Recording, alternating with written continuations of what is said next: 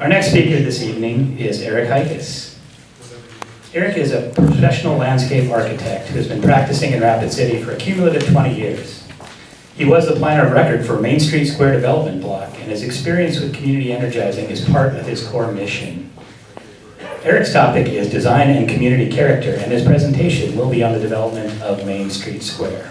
Welcome, Eirik.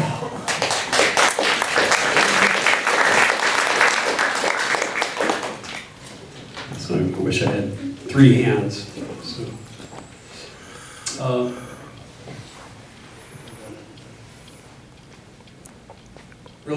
really glad to be here. It's really good to see all of you. How many of you like stories? How many like storytelling? Well, this will make me feel a little more excited to tell a story because my friend Sarah Hansel asked me if I would tell a story tonight, so I'm going to tell you a story. And like any story, it has chapters. These are the chapters of my story tonight. A typical story with chapters. It all started at my kitchen table in Montana. I got called by a gentleman in Indiana named Rundell, Dean Rundell. He was an old-time landscape architect. He said, we're going to build a project, or we're going to chase a project in Rapid City. I understand you used to live there. I said, yes.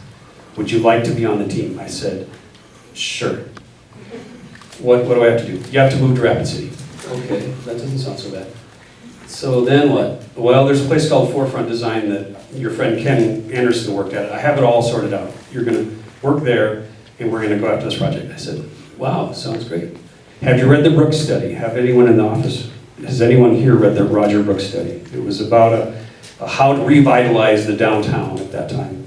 It was great, and a lot of it was prescriptive, and a lot of it we followed to make our downtown more successful, more salient.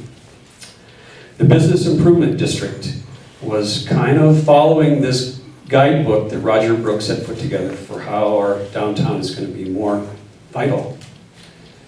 Rundell Arnsberger said, okay, the first thing we got to do is win a design competition. I go, is it a regional one? No, national design competition. I'm like, ooh, this sounds really fun, great.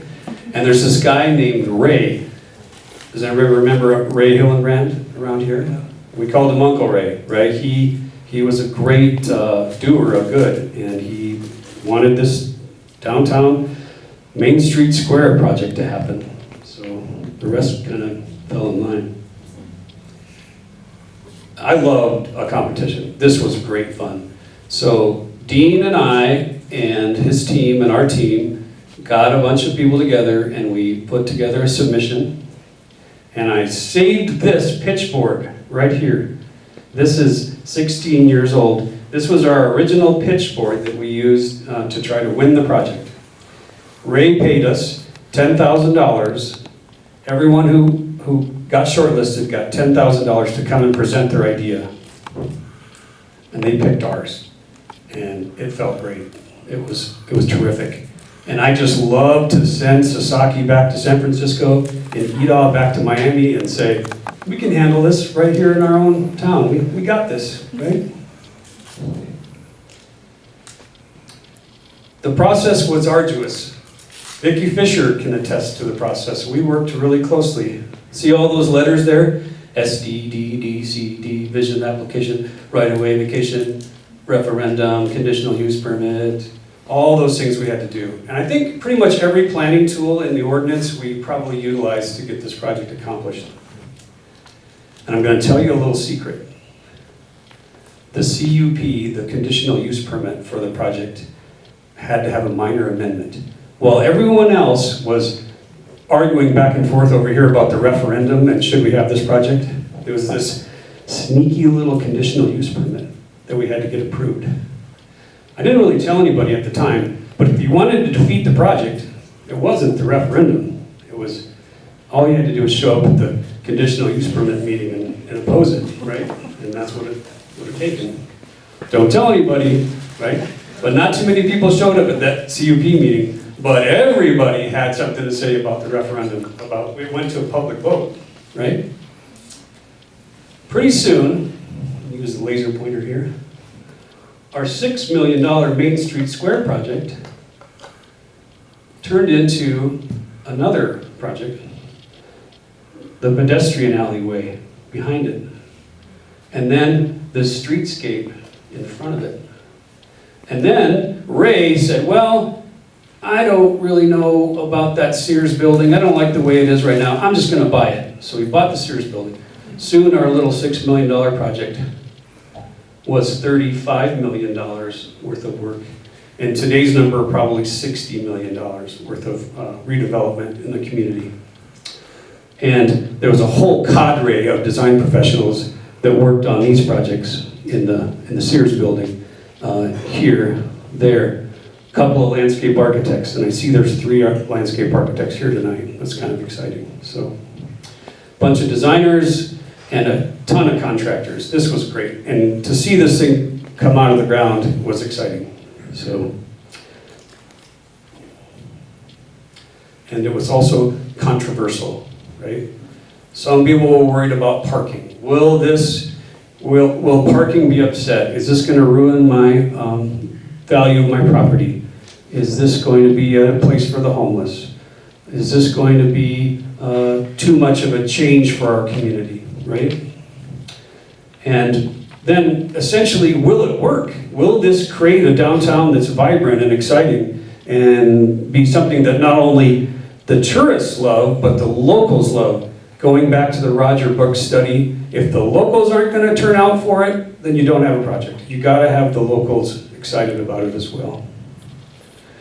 Who pays for it? Everybody want to know who pays for it.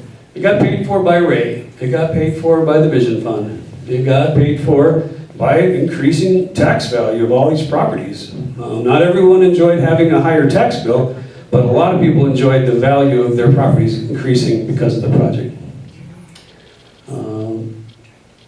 And then the Business Improvement District managed it, and development surrounding it followed. It was quite an impactful project. We created a destination. It was a reinvention of our downtown. It reinvigorated our downtown. It became a model for other communities. Pretty soon they built one in Casper, and then Sturgis did one, and then now they got one in Deadwood, and there's one in Fargo that's beautiful, right? All started here, right? And then I got to tell people, hey, you want an example of a landscape architecture project? Main Street Square. And everyone's like, oh yeah, we get it, easy.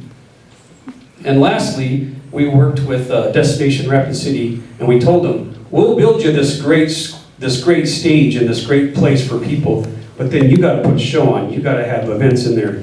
You got to pack the house every 2 weeks. You got to put the beer bourse on, and the wine festival, and the art festival, and the dueling pianos, and la la la la la. Right? They did. It was a success.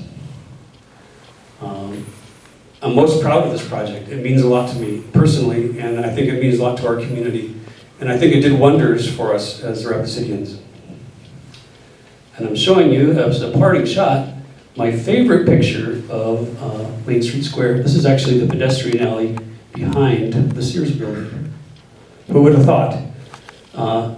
The end, being this, was beautiful. What was there before was overhead power lines, dumpsters, adult bookstore signs, shady entrances, sort of dilapidated. We improved it, we made it better, and we're really proud of the work, and I thank you.